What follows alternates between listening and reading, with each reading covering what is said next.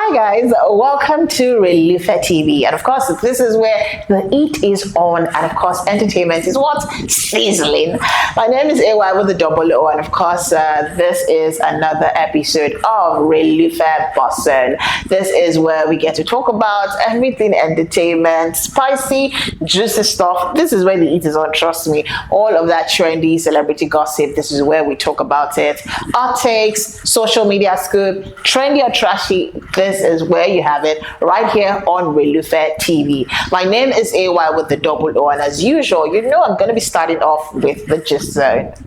Alright, on our first stop with the gist zone, of course, stories that have been trending in the week, and top of it for me is Tubaba. Now, Nigerian music legend Tubaba has talked about his split from his ex-wife. And you know, when I see this podcast thingy, I feel like that's where people get to relax and unwind and just, you know, open their mind, open their hearts, and just talk about things. But at the same time, I feel like a lot of these podcast hosts have a way of getting into their heads where people just, you know, start to say things. You think you're opening up, but right there you are just, I think they sort of set traps for these people, you know, with this podcast thingy. But of course, let's talk about it.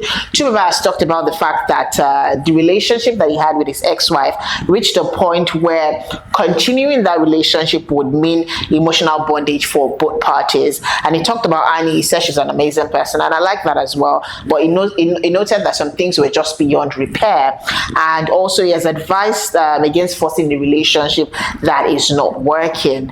And I mean, it's with Natasha Osawaru now, and I believe that, I mean, for someone like Two-Face, because in another story here as well, Tubaba has talked about the fact that men are not biologically designed to remain sexually faithful to one woman. So for someone like Two-Face, who has talked about the fact that every man is not for one woman, Two-Face said you can love a woman, but you cannot be sexually faithful to just one woman. Now ask me or tell me how that person is supposed to enjoy marriage or is supposed to last long in any marriage. So either with Annie or with Natasha, I think that this is Two-Face saying that, okay, this is who I am. But I do not like the fact that Two-Face has said that no man can stay faithful. You cannot set your reality on other people's, do you understand? You cannot base your reality on other people's life and set it as a guideline. If Two-Face, I would have preferred he said he cannot stay faithful to one woman sexually than come out to say that there's no man. There are men that stay faithful and have stayed faithful and are still staying faithful.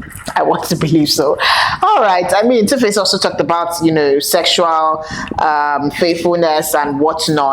And this has raised a lot of questions about the nature of relationship, expectation on both men and women. I mean, it's really a controversial topic, trust me. And of course, people have dropped their own opinions and a lot of that surrounding Two-Face. And yeah.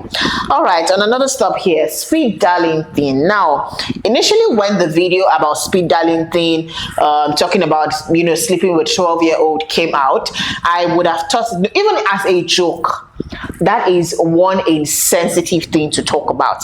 Now, he has responded to NAPTIP's declaration. I mean, they've declared him wanted for cyberbullying and for cyber stalking. Now, in a video, Speed Darlington dismissed the fact that any agency summoned him and that the fact that he's wanted, and he claims that he has not committed any crime. Now, the US-based rapper also questioned the fact that the credibility, you know, of the allegations leveled against him, and he also demanded 2.5 million naira for appearance plus a round-trip ticket for himself and his personal assistant.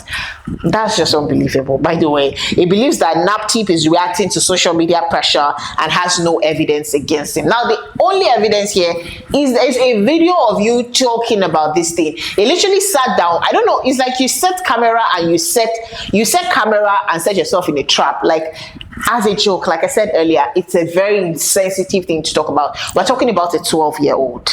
You know, he claimed to have slept with a 12-year-old girl, for which he later fabricated, you know, for social. He said he fabricated that just for social media attention. Now, Speed Darlington has been known for its controversial, you know, takes, viral rants, and all of that. And I mean, this particular one, I feel like people are going to see him to the end. Like, they're literally going to drag him to the very end, because I mean, there's no proof as to what he said. I mean, anybody can come out and say stuff and still claim, that. But Speed Darlington is not one to make such allegations or say things about himself and say that, it's a joke. But I mean, we'll see what, happens with Speed Darlington. And in another story, I feel like social media, a lot of things I've heard on this Obasanjo internet, there are things that I did not sign up for. Now, Nigerian socialite Pretty Mike has talked about the fact that, has talked about being sexually abused by a domestic staff at the age of 13. Literally saying that, he lost his virginity at the age of 13. He revealed that he was taken advantage of by not one but two domestic staff, and the abuse had a lasting impression on him. So for someone like Pretty Mike, with a lot of talks about the fact that he's gay, I feel like everybody has a story, and sometimes beyond dropping comments or beyond dropping things on social media that can really hurt to the bone, I think that sometimes Nigerians are not I feel like we're not very sensitive in this country or in this part of the world, and that's because we joke or we trivialize a lot of things that people don't really open up and speak about. I feel like in a country like Nigeria, I don't think it's a safe space where people can really express themselves, especially on social media, because that is where the hate is. And with a lot of cyber bullying laws here and there, I feel like Nigerians do not care. They do not give one shishi about how you feel about what's going on in your head or how this is going to affect you, really. And of course, Pretty Mike has also encouraged men who have been abused to come out, and I think that it's a male-female thing. A lot of females tend to come out to speak about it. If you rape a lady, I mean, she would of course call you out, but a lot of men have also been raped and they haven't, and I don't know if there's any law that that covers men that are raped. I know rape, but I don't know if it's gender selective. Yeah. All right, away from that, Sami Larry has talked about the fact that he has broken his silence on the viral video that appeared showing that it was threatening Mohbad. And in a recent interview, we talked about the fact that he never physically attacked Mohbad. Now, contrary to what we saw in that video, Mohbad was being bullied by you, Sami Larry. Now, according to him, the incident occurred when he confronted Mohbad over an unpaid debt during a video shoot. And Sami Larry swore that Zlatan is his witness and that he never laid a hand on Mohbad. Now, when this issue happened, when Mohbad died, I feel like a lot of these things that could have been said, things that would have cleared a lot of misconceptions then, were not said. Now that is becoming a thing, because I think that whoever is on this Mohbad's case, everybody wants to see the end of this case. And I feel like a lot of Nigerians are trying to pin somebody to Mohbad's death. I mean, there's circumstances surrounding his death. Why not work with that? What led to his death? Oh, he was sick. Oh, he got an injection. Why not add 1 + 1 in that direction?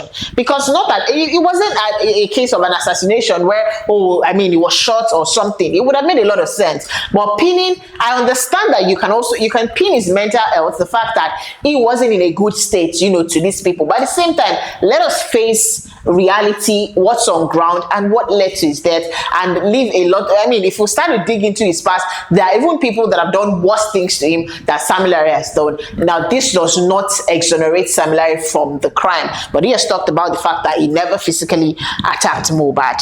Away from that, this one is a very sad one, and I must say that I mean, this one it really eats a lot of celebrities, especially those in Nollywood.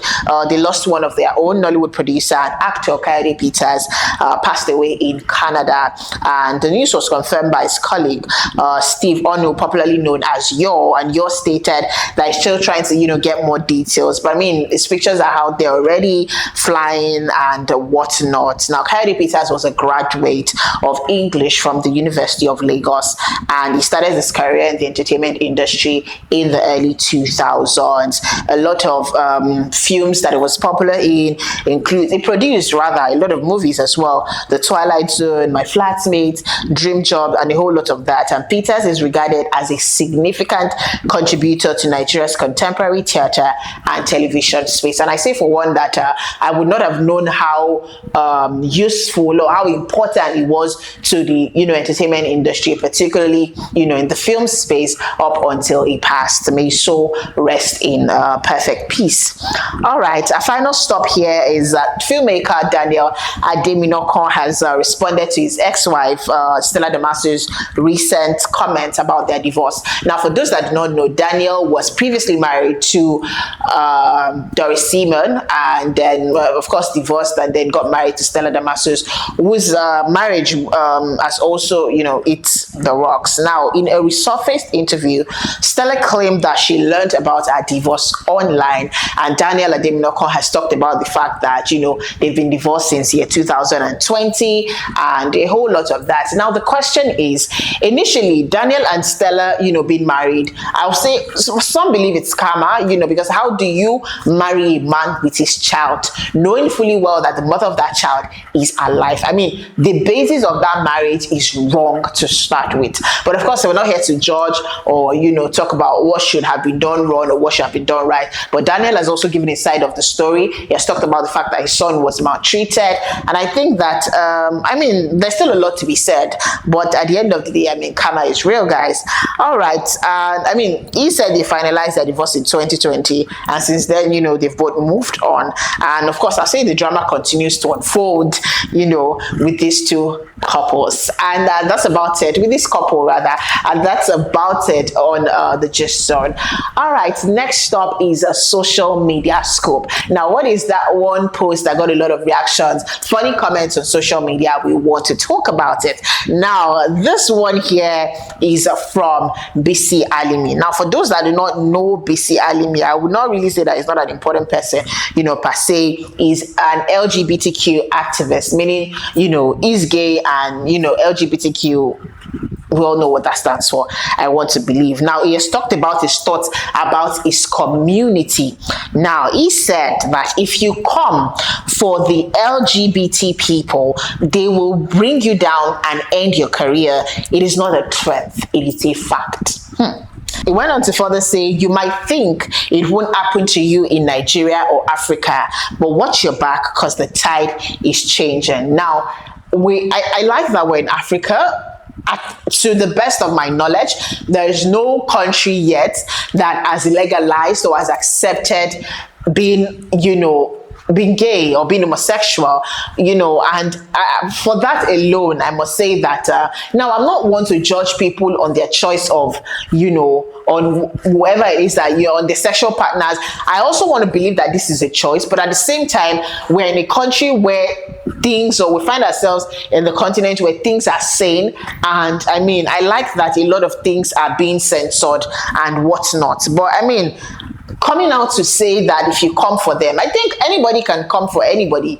I think anybody can drop their takes. Nobody's coming to physically assault you. But I think that if I do not like the LGBT community, it is up to me to say, I do not like what you stand for. I do not like your community. I do not like what you represent. And I don't think I want anybody that I know or my child, or do you understand, to be around people in that community. I don't think it's a safe community.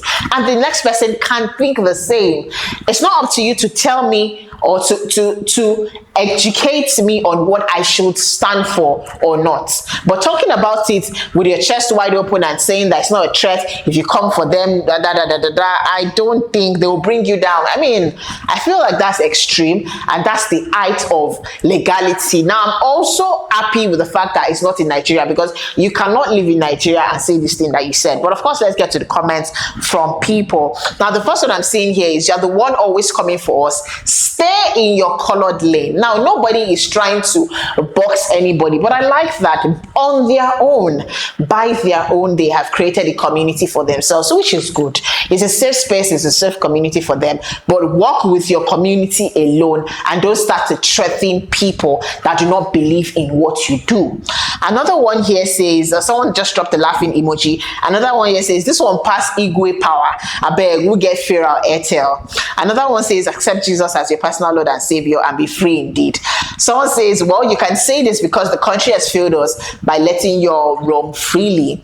Another one says, any community that thinks the response to anything is destruction or defaming is questionable. I think I agree with that. Another one here says, these rainbow people always find a way to create their own happiness. So they have a Let me leave that out. Someone says community in Diara.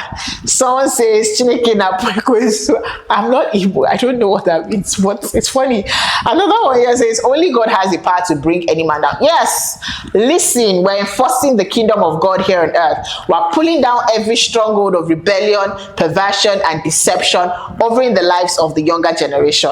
Someone says community that only do despicable things. What kind of community is that? To be very honest, let's talk about it.